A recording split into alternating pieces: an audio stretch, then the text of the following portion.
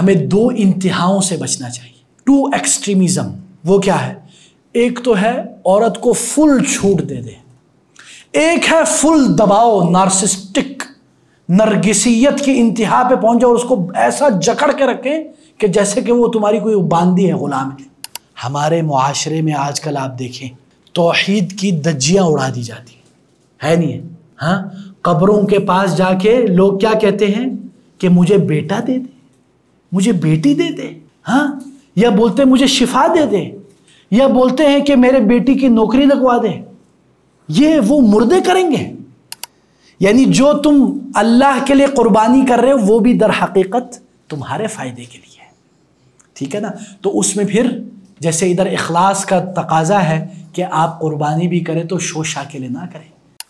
الحمدللہ رب العالمین والصلاة والسلام علی النبی الامین، اما بعد۔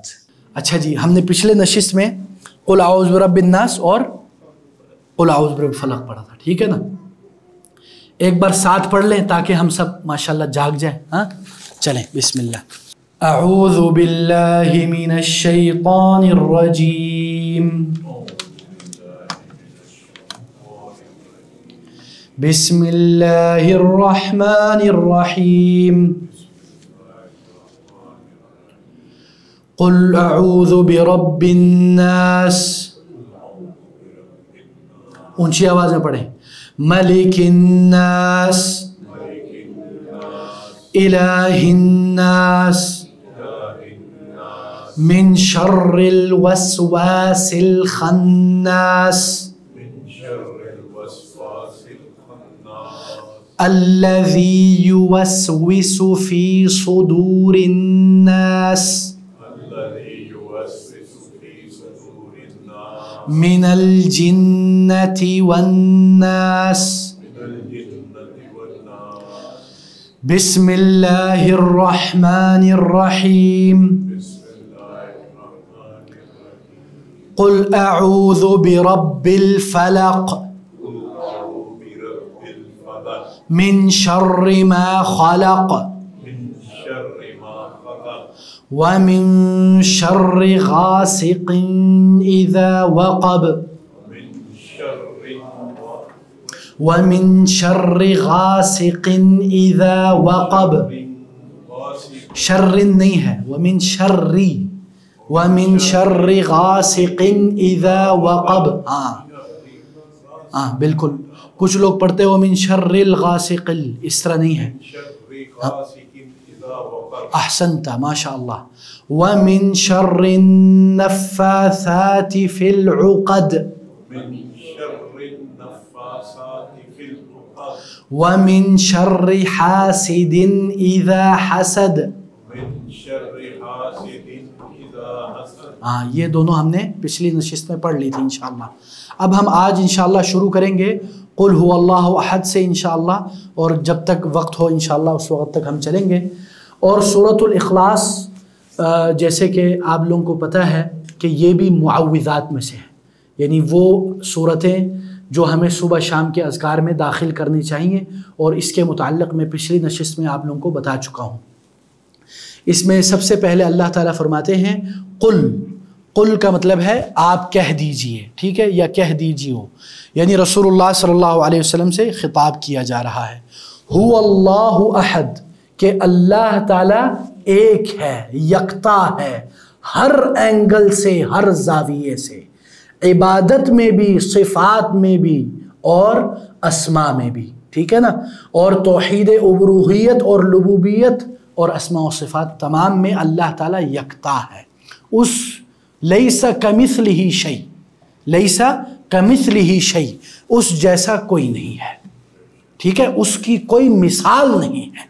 یہ ہمیشہ اللہ تعالیٰ کے متعلق آپ کے ذہن میں موجود ہونا چاہیے۔ اللہ الصمد، اللہ تعالیٰ بے نیاز ہے، کسی کا محتاج نہیں۔ جیسے کہ اللہ هو الغنی، یہ بھی اسی کے مترادفات میں سے ہیں، یعنی سب اس کے محتاج ہیں، وہ کسی کا محتاج نہیں۔ اللہ اکبر، یعنی ہم سب اللہ کے محتاج ہیں اور اللہ کسی کا محتاج نہیں۔ تو جو آپ اگر عبادت کریں، اللہ کا ذکر کریں، تو یہ مت سمجھنا ہاں کہ بھائی جان یہ آپ نے اللہ کے لیے کر کے بڑا احسان کر دیا. بل اللہ یمن علیکم ان ہداکم، بلکہ یہ اللہ کا تجھ فقیر پر احسان ہے کہ اس نے تجھے ہدایت دی، ورنہ تو کیا چیز ہے، تو تو قابل ذکر بھی نہیں ہے. تو کیا چیز ہے؟ تو تو منی یمنا سے بنا ہوا ہے. تو کون ہے؟ تو تو فقیر ہے، تو تو اللہ کے دربار کا بھکاری ہے. ٹھیک ہے نا، یہ یاد رکھیں. تو اللہ تعالیٰ بے نیاز ہے، اللہ تعالیٰ کسی کا محتاج نہیں ہے. اسی طرح یہ جو آج کل جو قربانیاں کر رہے ہیں، ہاں جیسے اللہ تعالیٰ نے کیا فرمایا، لن ینال اللہ لحومها، اللہ تعالیٰ کو تمہارے قربانیوں کے گوشت نہیں پہنچتا، نہ اس کی ضرورت ہے، نہ ودماؤها، نہ اس کا خون اللہ کو چاہیے، ولیکن ینالہ التقوی، لیکن اللہ کو درکار ہے تمہارا تقوی پرہیزگاری. وہ بھی تمہارے لیے، تمہارے تقوی پرہیزگاری کا بھی اللہ محتاج نہیں ہے.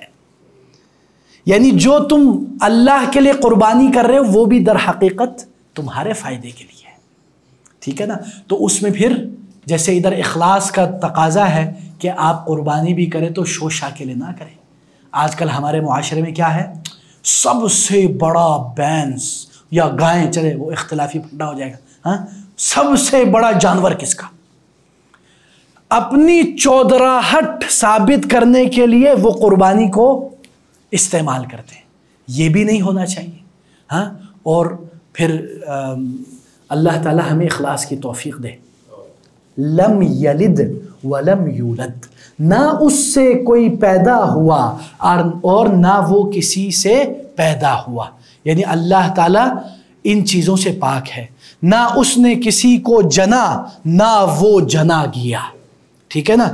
یعنی نہ اس سے کوئی چیز نکلی ہے نہ وہ کسی چیز سے نکلا ہے. وہ ہر زاویے سے بے نیاز ہے. ٹھیک ہے نا. اور اللہ تعالیٰ وہ پاک ذات ہے جس میں نہ کوئی عیب ہے نہ کوئی نقص ہے اور نہ اس کا تصور کیا جا سکتا ہے.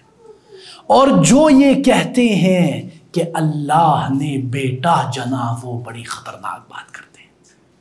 تکاد السماوات ان یتفطرن، ان قریب ہے کہ آسمان پھٹ جائے ان کے اس دعوے سے کہ اللہ نے بیٹا جنا ہے، اور پہاڑ ریزہ ریزہ ہو جائے اس دعوے کے اوپر. یہ جو کرسچن لوگ کہتے ہیں نعوذ باللہ Jesus is son of God, استغفر اللہ. اور اسی طرح سورہ اخلاص میں اللہ تعالی ہمیں یہ سکھا رہا ہے کہ توحید کیا ہوتی ہے. توحید کیا ہوتی ہے کہ اللہ کی طرف ہم نے کسی شریک کو نسبت نہیں کرنا، عبادت میں بھی اور پکارنے میں بھی اور ہر ناحیے سے. اللہ کے برابر میں کسی کو نہیں کھڑا کرنا. ہمارے معاشرے میں آج کل آپ دیکھیں توحید کی دجیاں اڑا دی جاتی ہے نہیں ہے. ہاں قبروں کے پاس جا کے لوگ کیا کہتے ہیں کہ مجھے بیٹا دے دے، مجھے بیٹی دے دے.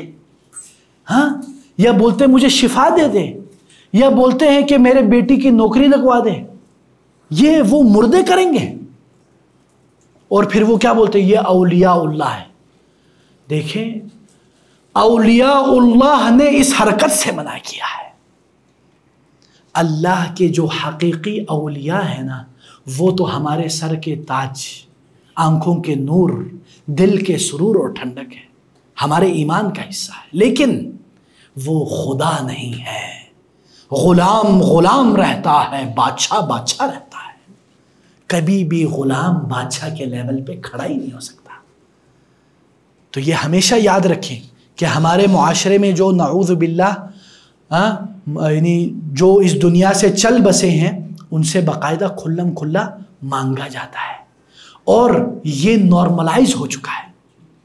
اور اگر ہم اس پہ بات کریں ہمیں ڈرایا جاتا ہے، بولا جاتا ہے استغفر اللہ تم گستاخ الاولیاء ہو، تم ولیوں کو نہیں مانتے، تم گستاخ النبی ہو. نعوذ باللہ. حقیقت میں وہ گستاخ نبی ہے جو اللہ کے سوا کسی اور کو پکارتا ہے، کیونکہ اللہ کے نبی نے اس سے منع کیا، اللہ کے نبی نے تو لعنت بھیجی ہے۔ صحیح حدیث میں ہے لعن اللہ الیہود والنصارى اتخذوا قبور انبیائہم مساجد، یہود و نصارہ پر اللہ کی لعنت ہو، انہوں نے اپنے نبیوں کی قبروں کو سجدہ گاہ بنا لیا۔ آج ایسا ہے نہیں، ہم نے قبروں کو کیا بنا لیا؟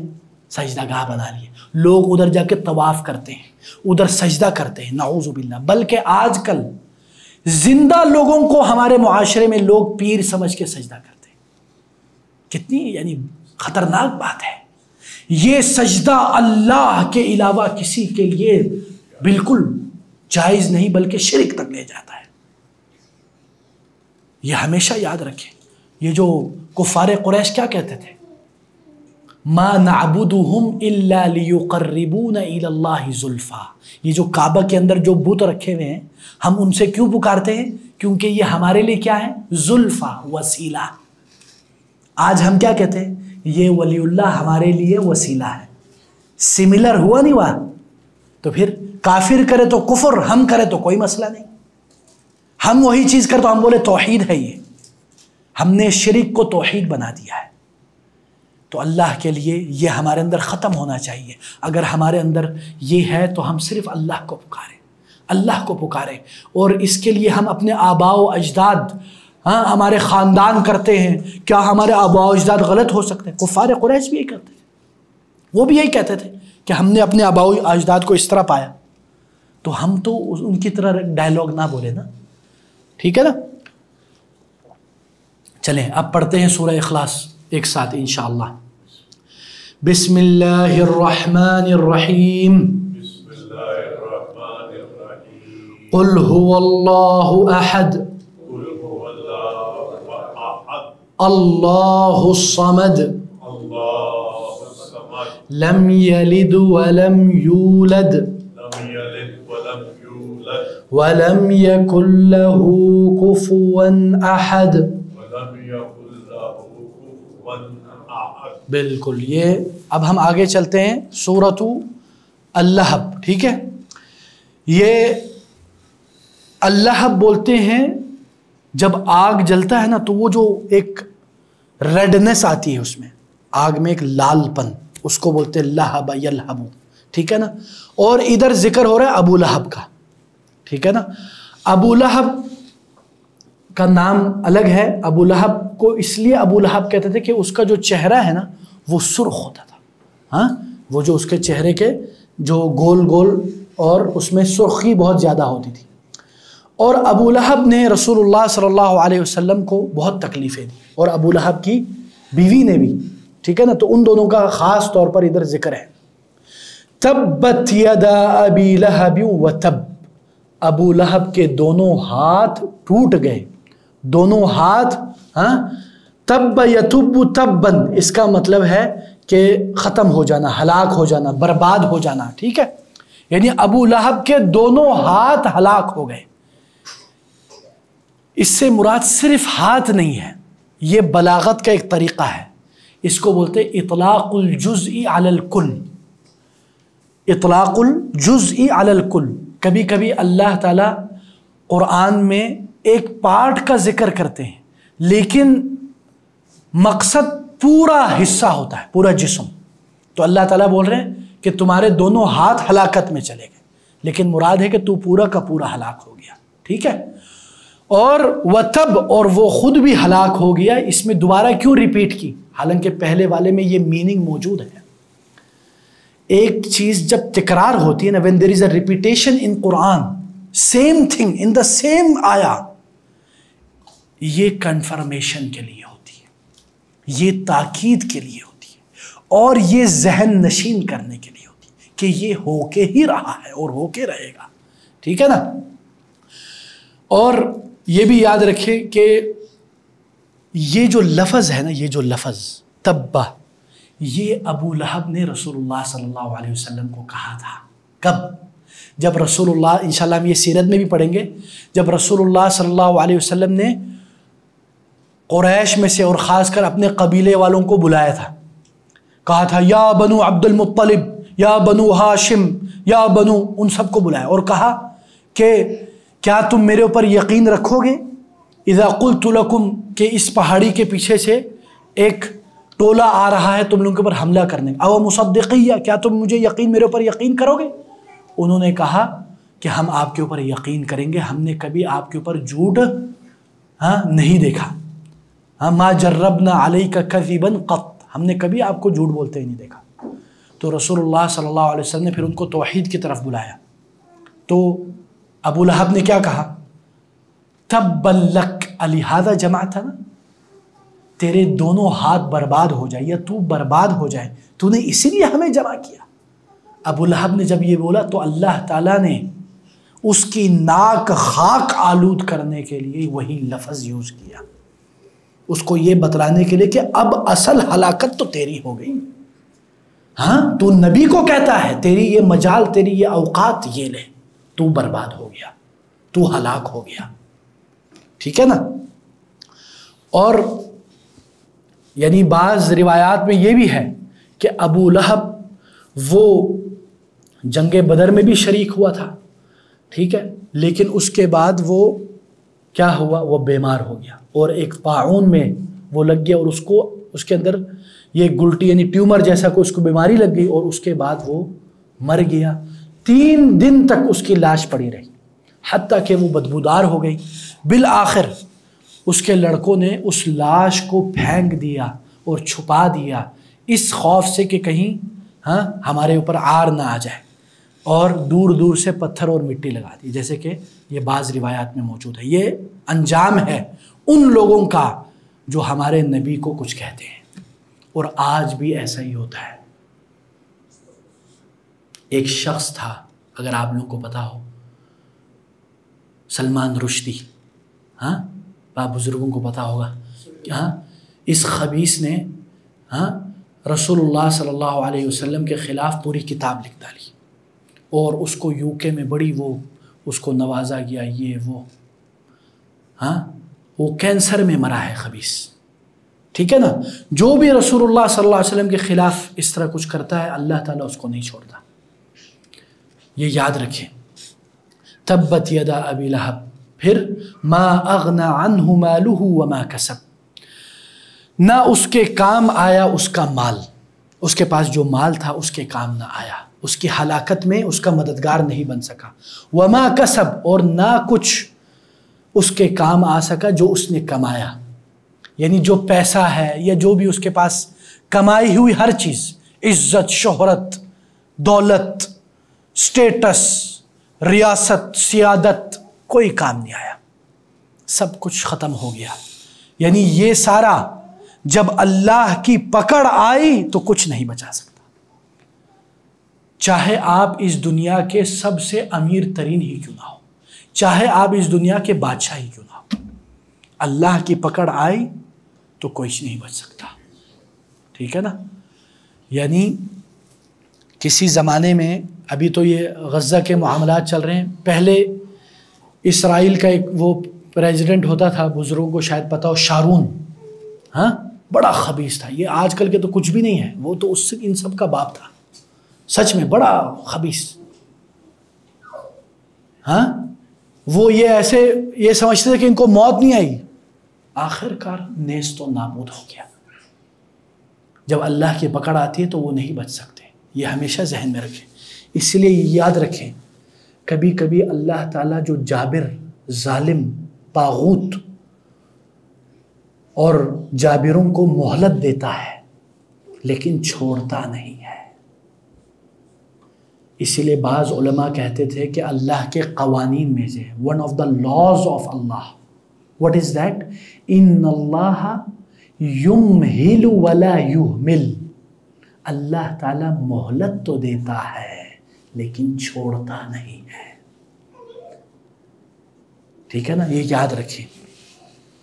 اچھا جی، سیصلی نارا ذات لہب، عن قریب، ویری سون، وہ اس شعلہ دار آگ میں، بڑکتی ہوئی آگ میں ہوگا، ویری سون ہی will be there in the hell fire, وَامْرَأَتُهُ حَمَّالَةَ الْحَطَبِ، اب ادھر اس کی بیوی کی بھی شامت آ گئی. وَامْرَأَتُهُ، اور اس کی بیوی وہ بھی آگ میں داخل ہوگی. She will be also with him. Why? Because she was not only supporting him but she was also hurting Rasulullah صلی اللہ علیہ وسلم. یعنی اس لیے نہیں کہ وہ کوئی، اس لیے کیونکہ وہ خود بھی اس جرم میں شریک تھی کہ وہ رسول اللہ صلی اللہ علیہ وسلم کو اذیت دیتی تھی اور اپنے شوہر کو اذیتوں کے طریقے اور راستے بتلاتی تھی. تو یہ یاد رکھیں، عورتیں اچھی بھی ہوتی ہیں بری بھی ہوتی ہیں، اور دونوں کی مثال قرآن میں موجود ہے. یہ بری عورت کا ذکر ہو گیا.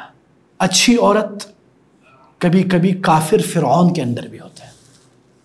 فرعون کی بیوی کا قرآن نے مثال قائم کی کہ وہ امرأۃ فرعون، یہ سپورٹیو نہیں بلکہ وہ توحید پر چلنے والی اور حق. اور اسی طرح اور ومریم ابنۃ عمران التی احصنت فرجہا. تو قرآن میں بری عورتوں کا بھی ذکر ہے اور اچھی عورتوں کا بھی ذکر. اسی طرح وہ جو امرأۃ العزیز، حضرت یوسف کو جس عورت نے بہکانے کی کوشش کی تھی، اس بادشاہ یا اس وزیر کی بیوی، ٹھیک ہے نا. تو یہ یاد رکھیں، عورت کا بہت بڑا رول ہوتا ہے سوسائٹی میں، بہت بڑا رول ہوتا ہے، بہت زیادہ. یعنی میں تو یہ کہتا ہوں، جیسے کہ بعض شعراء کہتے ہیں الام مدرسۃ، عورت از اے ہول مدرسہ. اگر عورت کو تم نے تیار کیا تو جیسے تم نے پوری امت کو تیار کیا. جی بالکل حاجر علیہ السلام، بالکل ان کی بھی بڑی قربانیاں ہیں. وہ اکیلی مکہ میں اوئے ہوئے جب انہوں نے کہا نا کہ اے ابراہیم تو ہمیں اکیلا چھوڑ گئے، شیر خوار بچہ، دودھ پیتا بچہ، اللہ امرک بہذا، کیا اللہ نے تجھے حکم دیا ہے؟ انہوں نے جب نام ہاں بولا، وہ عورت خاموش ہو گئی. سر تسلیم خم، سرنڈرنگ.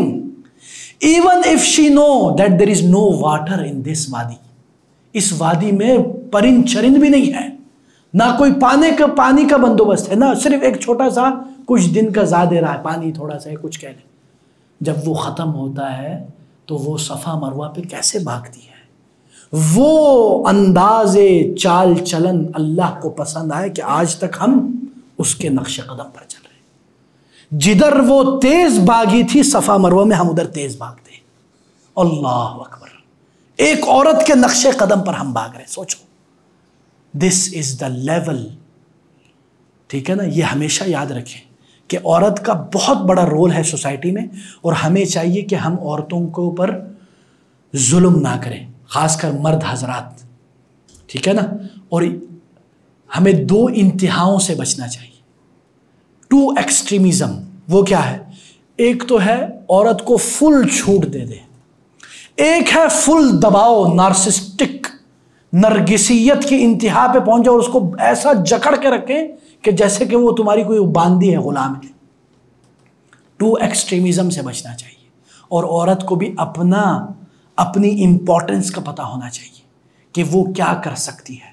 وہ گھر میں بیٹھ کر تربیت کر کے پوری دنیا کو بدل سکتی ہے. وہ سمجھتی ہے وہ باہر نکلے گی تو دنیا بدلے گی. نہیں، وہ گھر میں بیٹھ کے ایسے مرد کے بچے پیدا کرے، ایسے مرد کے بچوں کو تیار کرے جو کل کو لیڈرز آف دا امہ بنے. یہ یاد رکھیں. تو بہت بڑا رول ہے عورتوں کا، اور ہمیں اور عورتوں کو اس چیز کا احساس ہونا چاہیے، اور اللہ ہمیں توفیق دے. اچھا جی، تو یہ عورت کیا کرتی تھی؟ یہ اپنے خاوند کو یعنی آگ پر لکڑیاں لا کر ڈالتی تھی تاکہ آگ مزید بڑھے. کیسے؟ یعنی مسالے ڈالتی تھی. جیسے میں نے ہمارے بھی معاشرے میں ایسے عورتیں پائی جاتی. ہم جنرلائز نہیں کریں گے تاکہ خواتین ناراض نہ ہو. ہم مرد بھی کوئی دودھ کے دلے ہوئے نہیں ہیں، تھوڑا بیلنس رکھنا چاہیے. ٹھیک ہے نا.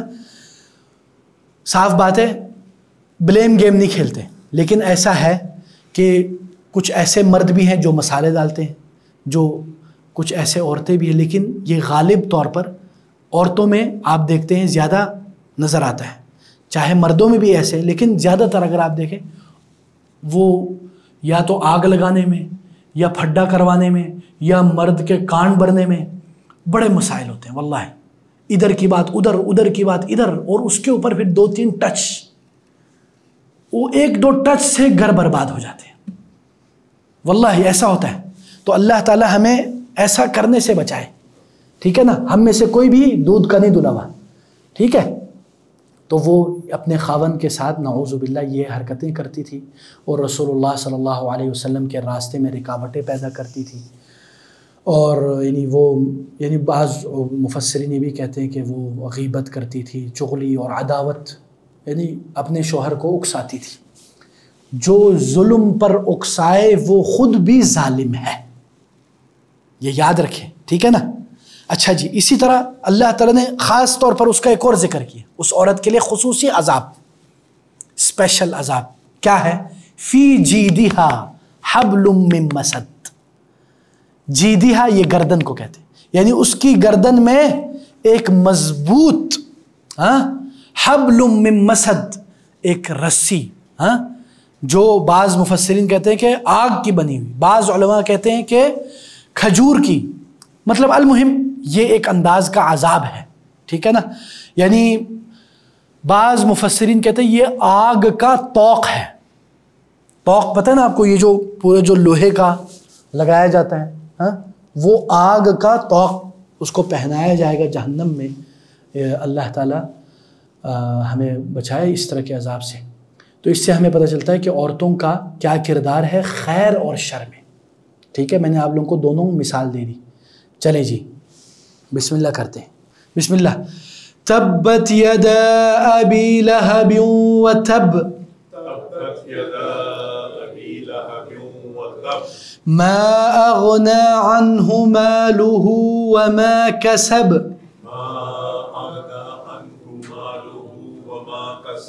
سيصلى نارا ذات لهب وامرأته حمالة الحطب وامرأته حمالة الحطب في جيدها حبل من مسد في جيدها حبل من مسد ہاں بالکل احسنتم ماشاء اللہ۔ اچھا جی، اس کے بعد ہم آتے ہیں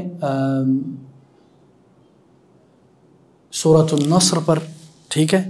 اور یہ جو سورت ہے یہ بعض علماء کہتے ہیں کہ یہ رسول اللہ صلی اللہ علیہ وسلم کے آخری ایام میں نازل ہوئی تھی، اور اس میں ایک انداز میں اشارہ بھی ہے۔ اللہ تعالیٰ فرماتے ہیں اذا جاء نصر اللہ والفتح، جب اللہ کی مدد اور فتح آ جائے۔ اس میں مفسرین کہتے ہیں کہ یہ فتح مکہ کے بعد نازل ہوئی تھی، یعنی جب اللہ تعالیٰ نے اسلام کو نصرت اور فتح سے نوازا تو تب کی یہ آیت نازل ہوئی، اور اللہ تعالیٰ فرما رہے ہیں کہ یہ مدد اور فتح جب آ جائے گی تو کیا ہوگا؟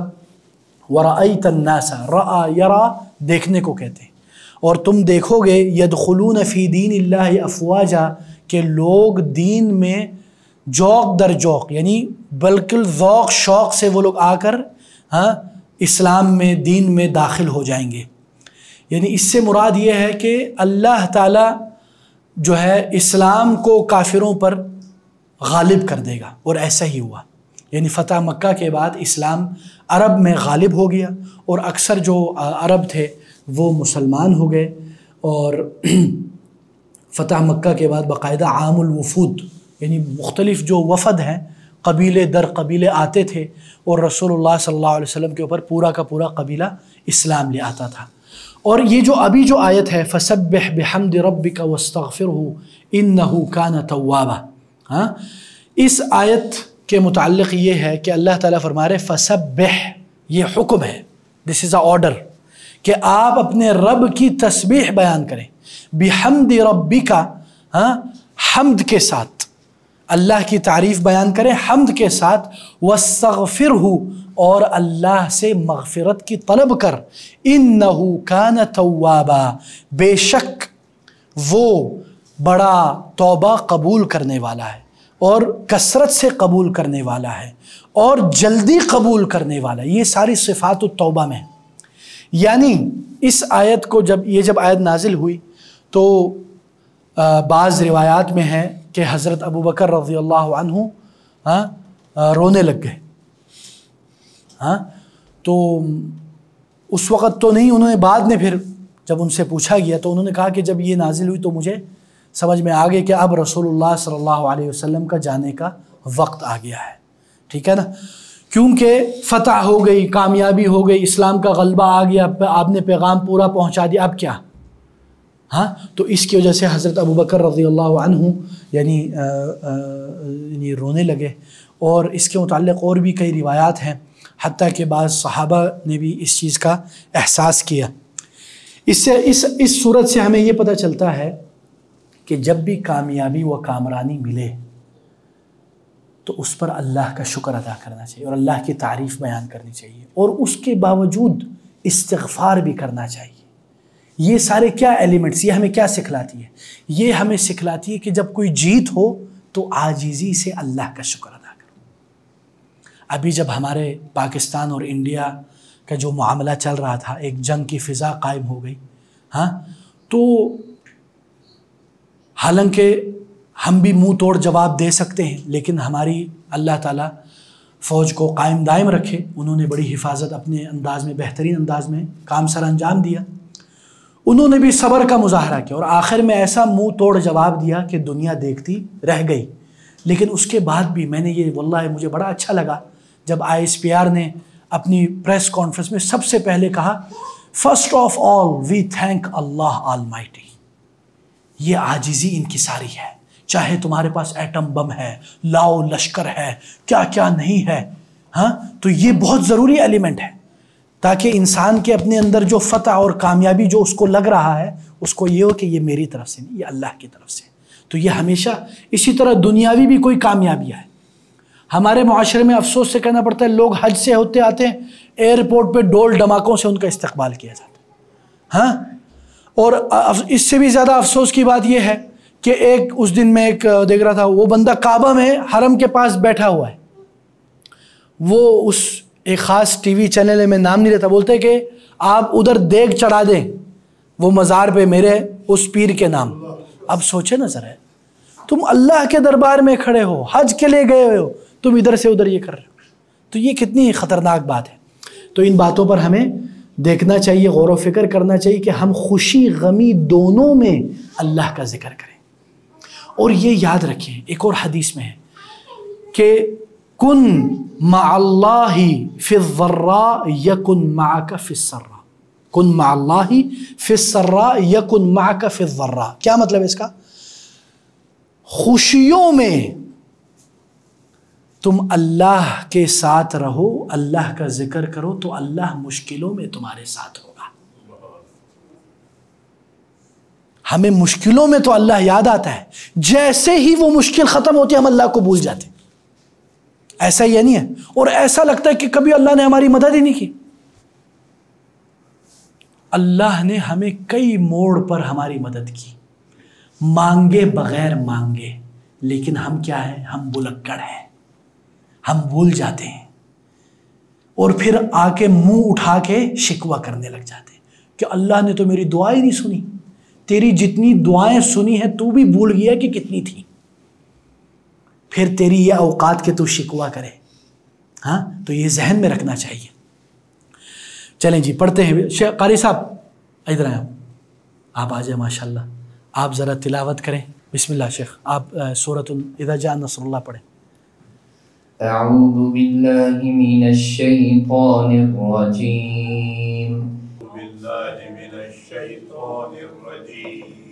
بسم اللہ الرحمن الرحیم، بسم اللہ الرحمن الرحیم، إذا جاء نصر الله إذا جاء نصر الله والفتح والفتح ورأيت الناس يدخلون ورأيت الناس يدخلون في دين الله أفواجا في دين الله أفواجا فسبح بحمد ربك واستغفر فسبح بحمد ربك واستغفر إنه كان توابا إنه كان توابا إنه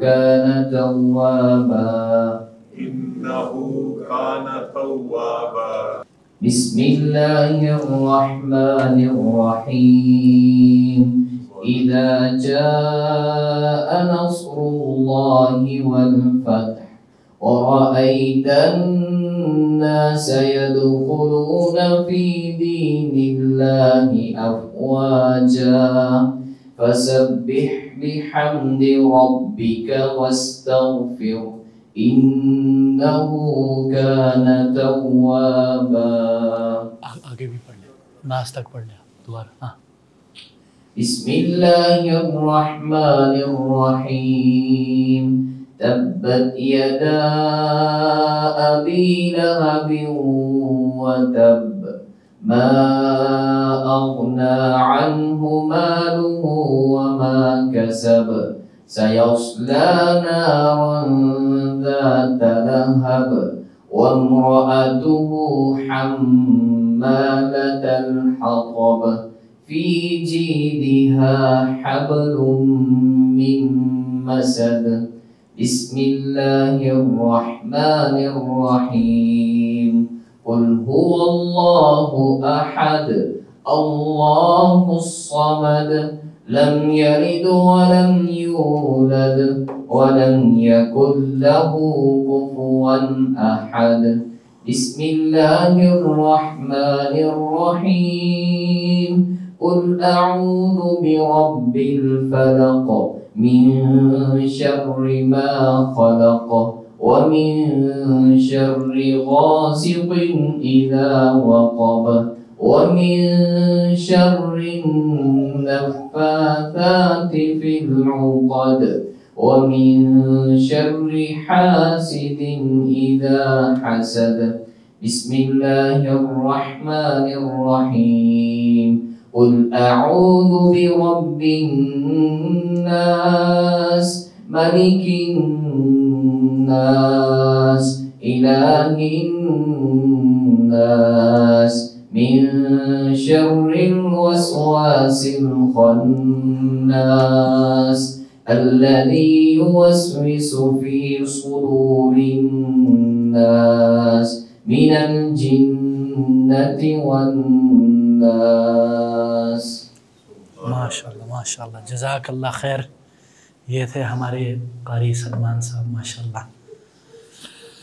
الحمدللہ واللہ قرآن دل چاہتا ہے سنتے جائیں ہے نا. ہاں واللہ یہ ہے معجزہ, یہ اللہ کا معجزہ ہے. اور جتنا بندہ سنے نا کم ہے, اور خاص کر اس طرح کی محفل میں ایک اجتماعیت, ایک روحانیت, ایک کیفیت کا سما ہوتا ہے. تو ہم انشاءاللہ اسی پہ اکتفا کرتے ہیں اور اللہ تعالیٰ سے دعا گو ہیں اللہ تعالیٰ ہمیں ان باتوں پر غور و فکر کرنے کی توفیق دے, اور اللہ تعالیٰ ہمیں قرآن سے لگاؤ اور قرآن کو سمجھنے اور غور و فکر اور تدبر و تفکر اور غوطہ زن ہونے کی توفیق عطا فرمائے. سبحانک اللہم و بحمدک اشہد ان لا الہ الا انت استغفرک و اتوب الیک. والسلام علیکم ورحمۃ اللہ وبرکاتہ. Donate us to bring change in society and make a meaningful impact. Account number 025-101-049-558-61. Mizan Bank for international donation. patreon.com/youthmatterspk. Follow us to stay connected and see the difference you're making.